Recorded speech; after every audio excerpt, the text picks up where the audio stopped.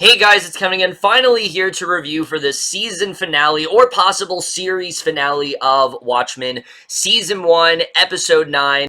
Of course, being See How They Fly. And I was very excited for this finale, especially considering the way things left off in the last episode. The expansion we got into Dr. Manhattan's story just enriched the entire show in that way. Every character felt like they had far more bigger reason. There was a lot more complexity to them, especially with Adrian Veidt and things like that. I was interested in seeing how that was all going to wrap up, with where that was going to go. And overall, I was very satisfied by this finale. I thought this was a fantastic finale for sure. And it's one where I don't know if this is true, but if they were going to end the series here, I'm overall satisfied. I'm overall fine with them closing things out here. I don't think this was a perfect finale. There were just a couple things that I think could have been done a little bit better, but overall, I was very satisfied with the way things went. I really have loved a lot about the show, but we're just going to dive into it right now. So I think the first thing to really talk about is everything going on with Angela and Dr. Manhattan. Like I said, these past few episodes, even though that hasn't been the main theme of the show has very much turned it into such. This is very much a love story about these two, and everything going on with them in this episode, I thought was really well done. Angela's resistance, even though Manhattan has pretty much accepted the fact that he is going to die and that there's nothing she can really do about it, I like the fact that she was still fighting, till his very last breath. She just kept fighting as hard as she really could to try to prevent this from happening, and it was really sweet in that way. I really love the way this whole thing was done. But, of course, John as a character, I mean, we've really gotten more into him in this last episode, and everything going on with him, I just thought was fantastic. He knew, of course, being Dr. Manhattan, he knows everything that's going to go down. Nothing is really all that shocking to him, and the fact that he is one step ahead, it could make things really boring in that way, because you essentially have a character that's always knows everyone's move. He always knows what everyone's going to do, but that's what makes this, I think, so much more interesting, because of the fact that you know that Dr. Manhattan is aware that this is going to happen. He knows that he's going to be tortured. He knows that, Keen and eventually Lady True, which we'll get into that in a little bit, is going to come after him, that they're going to end up, winning in the end, and he's going to ultimately have to sacrifice himself. He's known this for a while. Ever since he met up with Angela, he knew that. And the reason why he hasn't done anything to stop it is because, well, it's just inevitable. He's realized that he needs to sacrifice himself. If he wants to be that hero, this is how he is that hero. A lot of people think that, while he is a god, a lot of people are also, coming down on him because of him, murdering Rorschach and things like that. Even though I don't think he actually meant to murder Rorschach, that's just something that ended up happening, and he ended up killing him. He did in fact kill Rorschach, and this is something that I think has pained him since then. I've heard a lot of people say, oh, this doesn't feel like the same character. I would very much disagree. I think they've done a lot of great work to really show that this is a very similar character. This is a Dr. Manhattan that is regretful of what he's done, but he also does not regret the time he spent with Angela, that it's always been kind of like an escape for him to get to experience this life, and he knew that it was always going to be temporary, so him sacrificing himself is a very beautiful moment. When he gets to appear to her as Cal for one last time, I thought that whole thing was so well done, and I really love the way things played out between these two in this finale. I was very satisfied with the way things did go down here, and there are a few things that does go in his favor. Keen, for example, basically dies making a fool out of himself. He doesn't become Dr. Manhattan. He goes in the pod, and basically he is completely just liquefied from it. He comes out, he's just a pile of goo, and it was great to see, especially considering what we've known the 7th Cavalry to be up to this point, how savage they've been, how resistant that they've been at this point and things like that. How relentless they were in that way, and how, in general, they were so adamant about making sure this was going to work. I mean, you listen to Keen's speech, and it's absolutely ridiculous. Everything that he was proposing, it was just, there was no way it was actually going to go the way he wanted to, but I certainly did not expect that to happen, and that was a really great surprise for sure. So, even though things did not work out the way that I think Angela would have wanted them to, John still does get to sort of win at the end of the day, and I thought that was a really great victory for sure. However, speaking of Keen, though, there's a lot that we find out in his monologue. We find out that he brought Lori to Tulsa, not because he wanted her to investigate what was going on, but mainly because she knew that he was connected to she was connected to Dr. Manhattan, and that they had a past relationship, and that she thought, he wanted her to see him die in that way. But we also find out a very interesting piece of information about both Judd and Jane, that Judd wasn't friends with Angela because he was trying to help her in her time of need. It was done because basically Keen felt that there was a sense that Cal was in fact Dr. Manhattan, and he wanted he wanted Judd to get closer to Angela. And this was a really interesting reveal. It changes a lot of what we thought of that relationship, but it really does show that knowing that Judd was so subservient to, Keen in that way, it makes a lot more sense that he would, in fact, have this clan robe. I don't think there was anything coincidental. I think he very much did feel that way. I think that he was very much playing Angela in that way, and I think he did eventually form a deeper connection with her, but I think a lot of it was because of Keen, because he was very much running things in that way, and I like the way that this was done, for sure.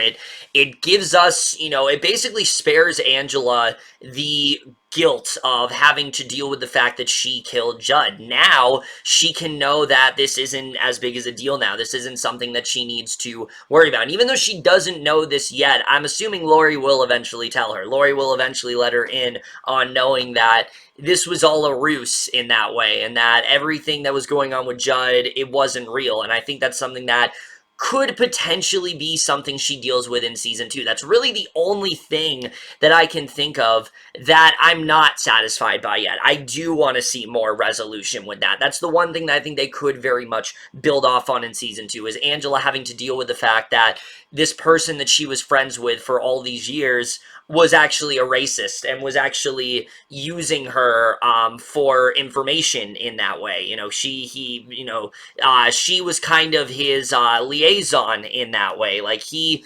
wasn't, he was just using her for information and all that kind of stuff, and he was a mole in that way. And I think it's very interesting to if they are getting more into that. But this reveal made a lot of sense. It closed off a really interesting arc throughout the season, and really showed just how monstrous and just how racist of a group the 7th Cavalry really is. I mean, there is no doubt about it in this episode. They are very much racist, and I think they did a really great job with that, for sure.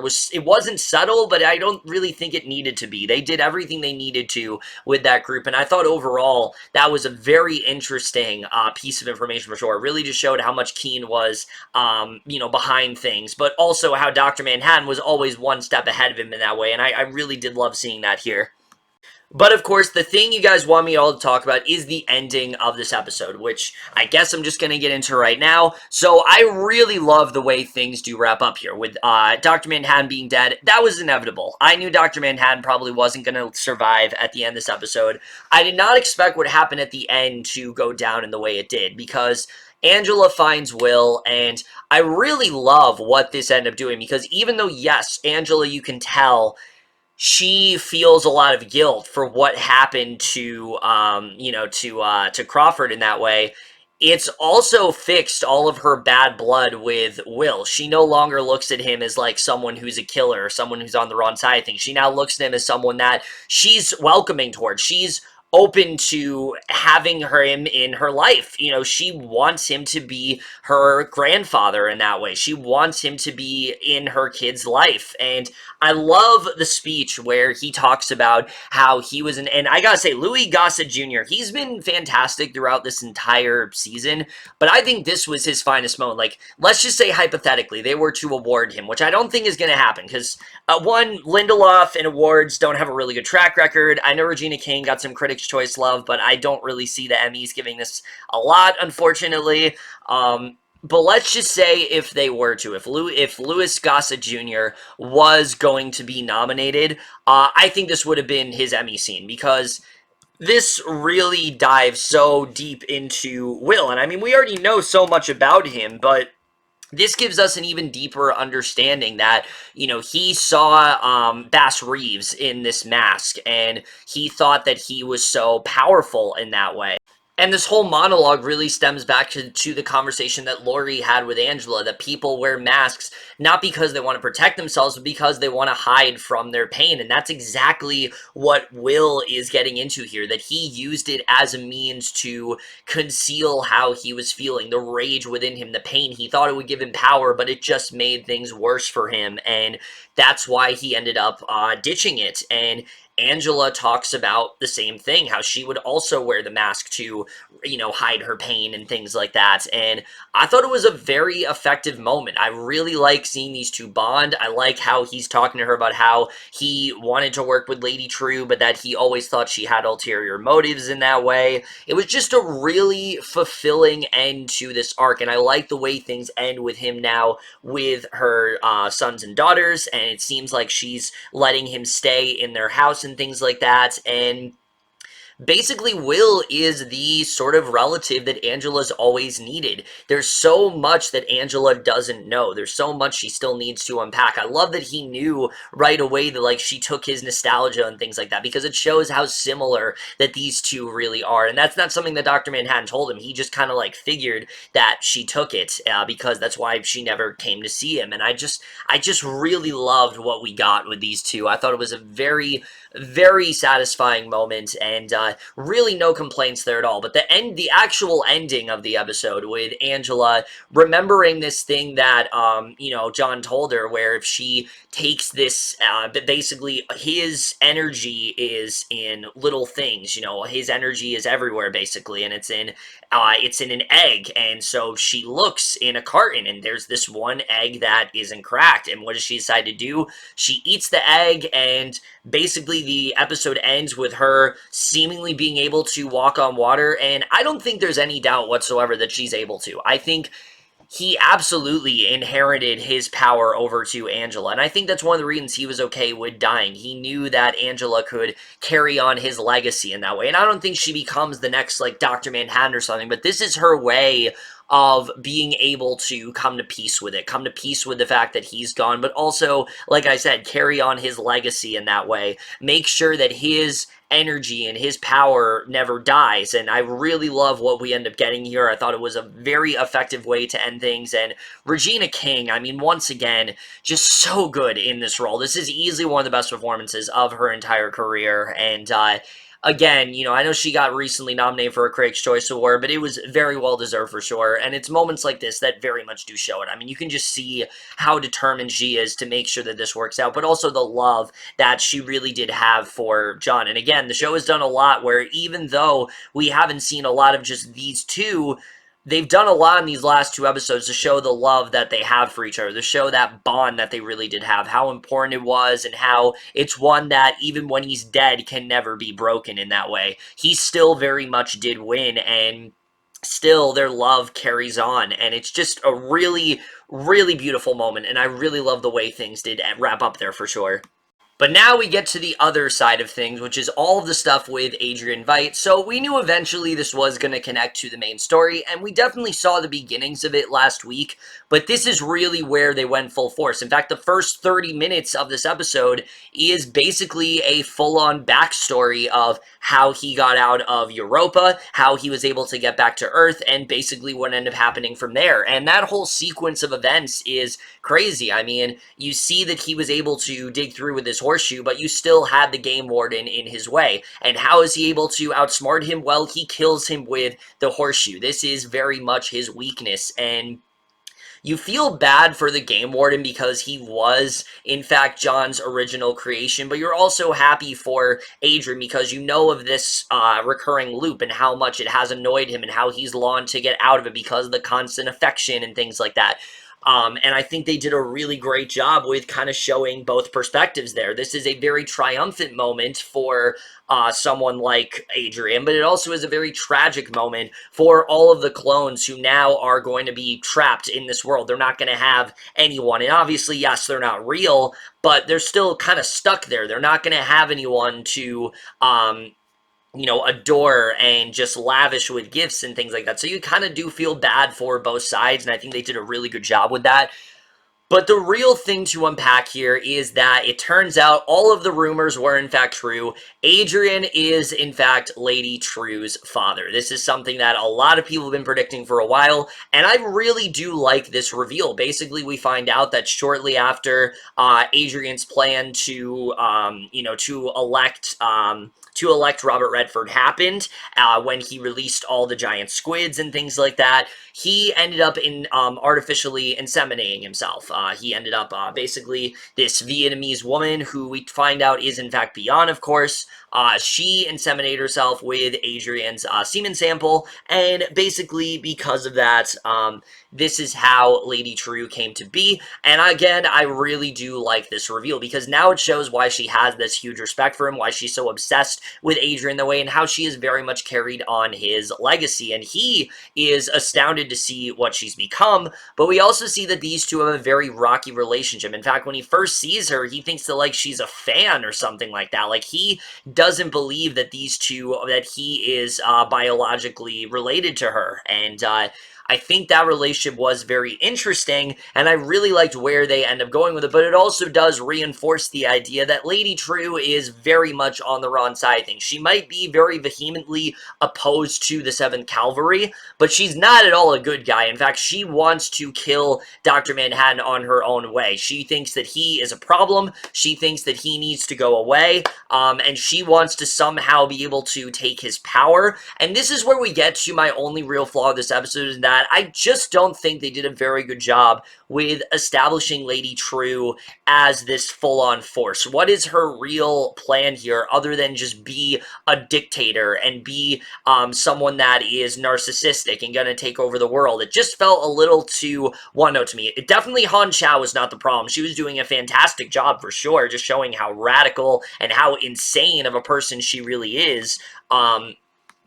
But in terms of the overall grand scheme of things, I just feel like they could have done a better job with establishing her. But like I said, it doesn't change the fact that I love this reveal. I love what this means for Lady True. I love the connection that she now has with Adrian. I just think overall it works so well in that way. But I also love that he finally gets to reunite with Laurie, who I have to say was a huge highlight throughout this entire episode comedically, which I'll get more into with the writing and things like that. But this also very much feels like we finally get that wrap-up to Adrian's story that we've kind of been waiting for, because as we know from last week, only a few people know that he set off the squid monsters, and he feels that he saved the world. But in reality, I mean, he's a terrorist. He caused this whole attack to happen, and it does happen again with Lady True.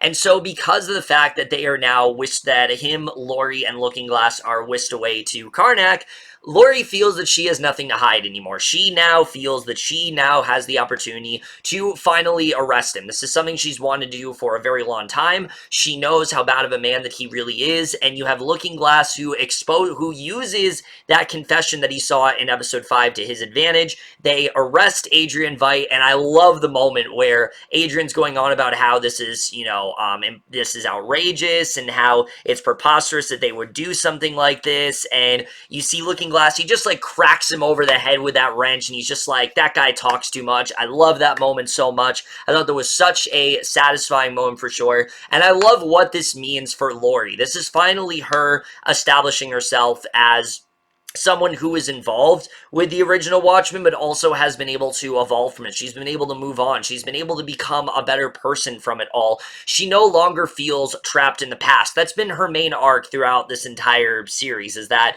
she's felt like she's stuck in the past, and she's felt alone in that way. But now, her arresting Adrian, and she has the line, people change, I feel like that's her finally accepting she's ready to move on. She's ready to fulfill this role. She's ready to not entirely forget about the past, but stop living in it. Embrace the here and now, and I think it was a really satisfying moment for Laurie for sure. And Looking Glass, I'm assuming, is definitely going to continue helping her out. I really like where they end up going, and that's a good jumping off point as well, because again, if they want to continue, they can delve deeper into their sort of relationship, Laurie and Looking Glass, and who she still isn't calling Looking Glass. She's still calling him like Mirror Guy and things like that, which I love. love. I love that little recurring gag for sure, that she never calls him by the right name. But again, what this meant for Adrian, I thought was very satisfying, and I really loved what they ended up doing there. I just wish the Lady True side of things was more satisfying. I really do feel this is the only thing that needed another episode. We needed another episode to really flesh out Lady True. We needed to see more of her motivations because, again, while I can understand her and that she cloned her mom and that she's definitely very crazy and that a lot of Adrian's sort of more radical ways have very much rubbed off on her, and that explains a lot. It doesn't explain, I think, enough. I think we needed more of an explanation as to why she feels this way, what her initial plan is, and how exactly she was planning to take down Dr. Manhattan. Because even though, yes, he was vaporized in the end and he disappeared, we still don't really get what she was trying to do. It was a little too quick for me to understand the whole thing with the Millennium Clock. I just think they could have explained it a little bit better. It was something that was looming throughout the entire show, but I just feel that Lady True is a character that just did not have enough time. I think we needed at least one more episode with her, and I understand that Lindelof said that that one episode that he cut was filler, but I really do feel like if we had one episode that was just Lady True on her own, maybe have episode 4 be that, then I think this would have been even more effective. Because as it is now, even though I love Han Chau in this role, and I like some of the stuff with Lady True as a character, I just never really cared about her in that way. I needed more from her, and I feel it's the only thing that is really the only loose end of this season. The only thing I think that they could have done a little bit better here. But overall, I was very satisfied with this finale for sure. In terms of directing, I mean, Lindelof, again, just did such a fantastic job directing this episode. And what I love about it is that, again, similar to Leftovers, there are a lot of things that he didn't take as seriously. Laurie Blake, especially, had me dying throughout this episode. Just how much she didn't care about Keen, how she said that he was being so ridiculous and that she didn't want to hear him just, like, pontificating about the world. It was absolutely hysterical. I loved how she just didn't give a fuck about that situation. She wanted to get out of it. She told him that he was insane. It was great. I love that moment so much, and I think they did a really great job with that. And then juxtaposing that with the much more serious nature of Angela and Cal's story, and, you know, Cal or John's story, I thought was so effective in that way, and I thought they had some really great stuff there. The closure that we got for her and Will, the closure that we got for her and Dr. Manhattan, all of that just felt so right, and it's just enough where if they wanted to end here, I would honestly be satisfied, and that's the thing. Lindelof has talked about before how he kind of feels like this should be the end. He feels like he's done what he needs to do, and, you know, he is okay with wrapping it up here. He's completely fine if this is the, you know, jumping off point, because he feels that Watchmen should be standalone. But you know what else he said that about? That'd be The Leftovers. He said that The Leftovers was originally meant to be a standalone. He treated every season as such. So I feel like if he comes up with something really great, if we just give him time, I think we could come up with a really good season 2. Again, I don't necessarily know if we need it. I think there are some things that they can definitely expand on. Like I said, the stuff with Angela and Will. Angela becoming Dr. Manhattan, kind of carrying on that. Not becoming Dr. Manhattan, but like embracing his powers and carrying on his legacy. Laurie and Looking Glass's relationship. More stuff with Adrian in prison and things like that. I think there's a lot more that they could develop there, and I'm excited to see where they could end up potentially taking that. I think there's definitely some really interesting ideas there for sure.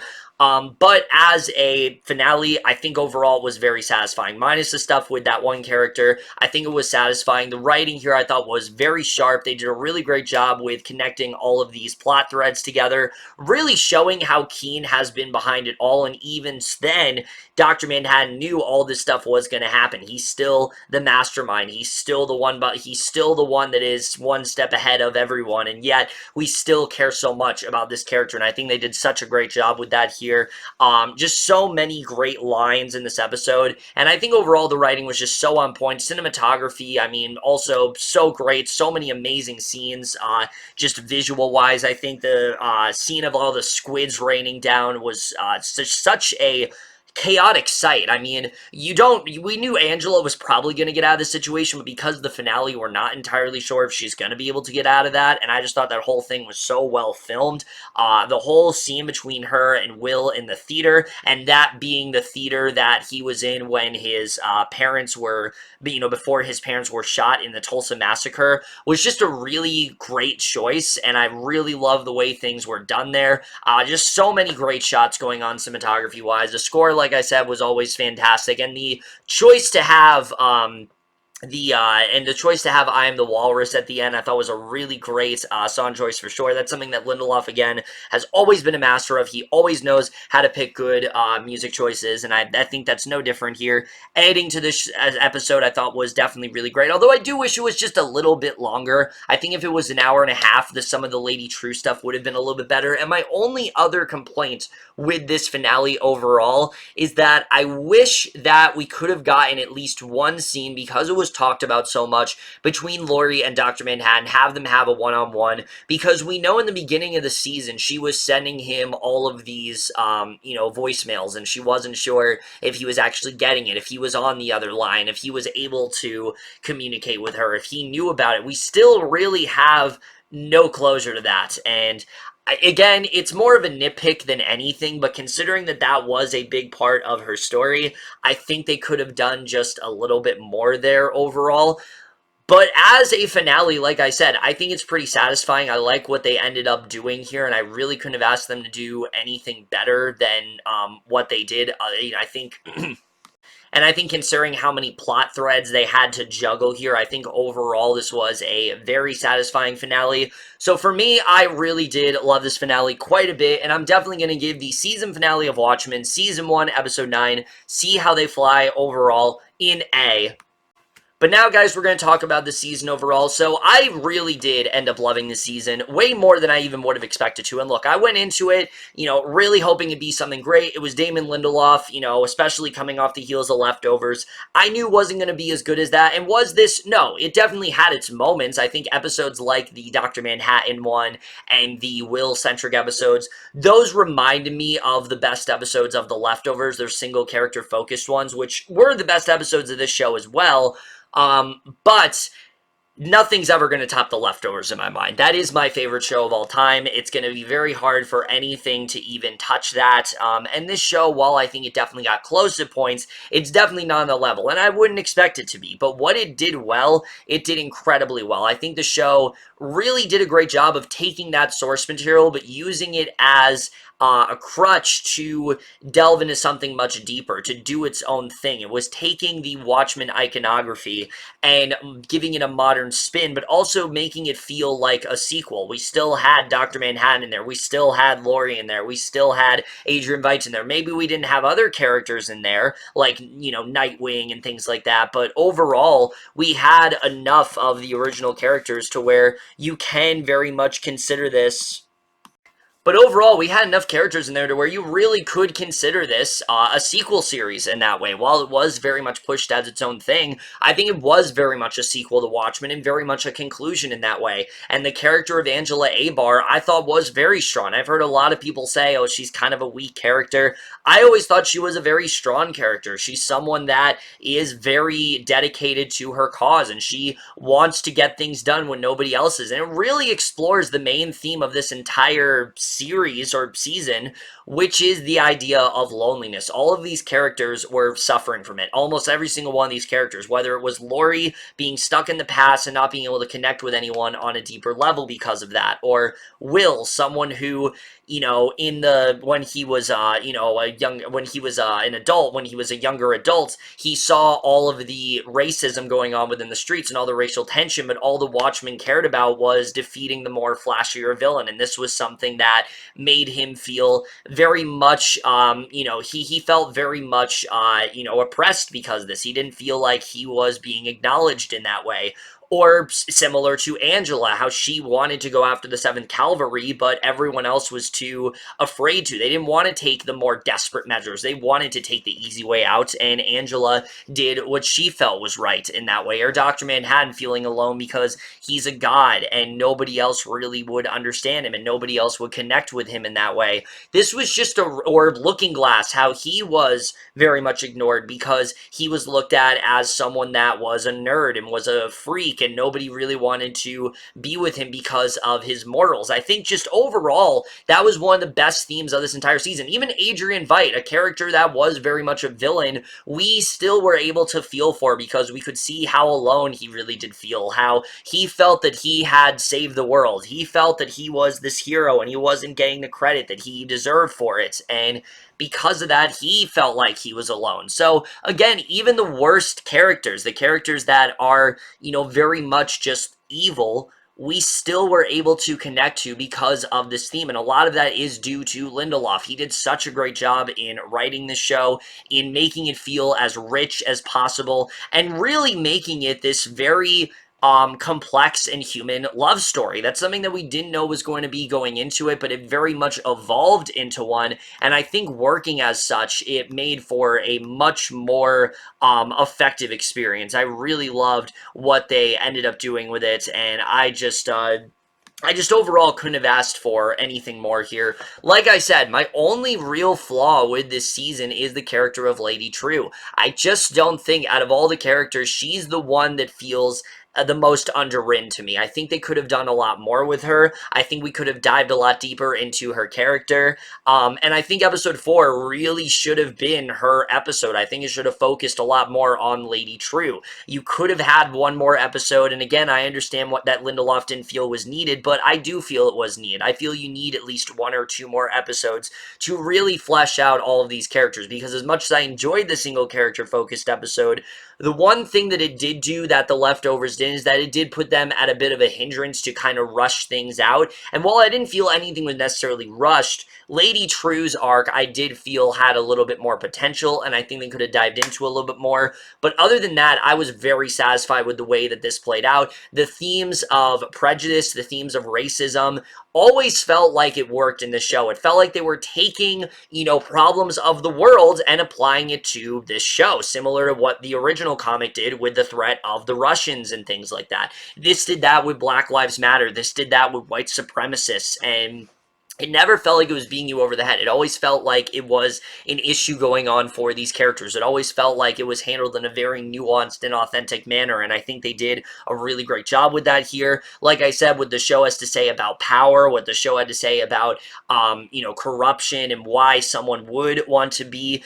a vigilante in that way, but also how vigilantes were very much outlawed, what the 7th Cavalry were capable of. There were so many intense moments without the show. The cinematography was always a highlight. The score was always fantastic. Trent Reznor and Atticus Ross, I mean, they're truly one of the best composers working today. Everything they do is just phenomenal, and I love the fact that he was able to get them back. And look, they are the one thing that make me feel like, yeah, maybe they won't end up doing a season 2, because do you really want to see a season of Watchmen where Trent Reznor and Atticus Ross are not scoring it? I really don't. I think that they brought something very unique and fresh to the show. I think they really showed how great of composers they really are, and just their sort of frenetic nature, I just really loved here, and I think that their scoring was just phenomenal in this show. Just overall, this was pretty much everything that I ever could have hoped it would have been. It's easily one of my favorite series of the entire year, and I'm definitely going to give this first season of Watchmen overall an A. So with that, guys, that's it. I have finally reviewed the season finale of Watchmen. I'm not sure why it took me so long to finally get to it, but either way, guys, I really have enjoyed talking to you guys about the show. Thank you guys for watching my reviews for the last, 8 or 9 weeks. I very much do appreciate it for sure. But that's it for this video. Hope you guys enjoy. We'll see you guys in my next video, and we'll see you guys for that. Okay, bye.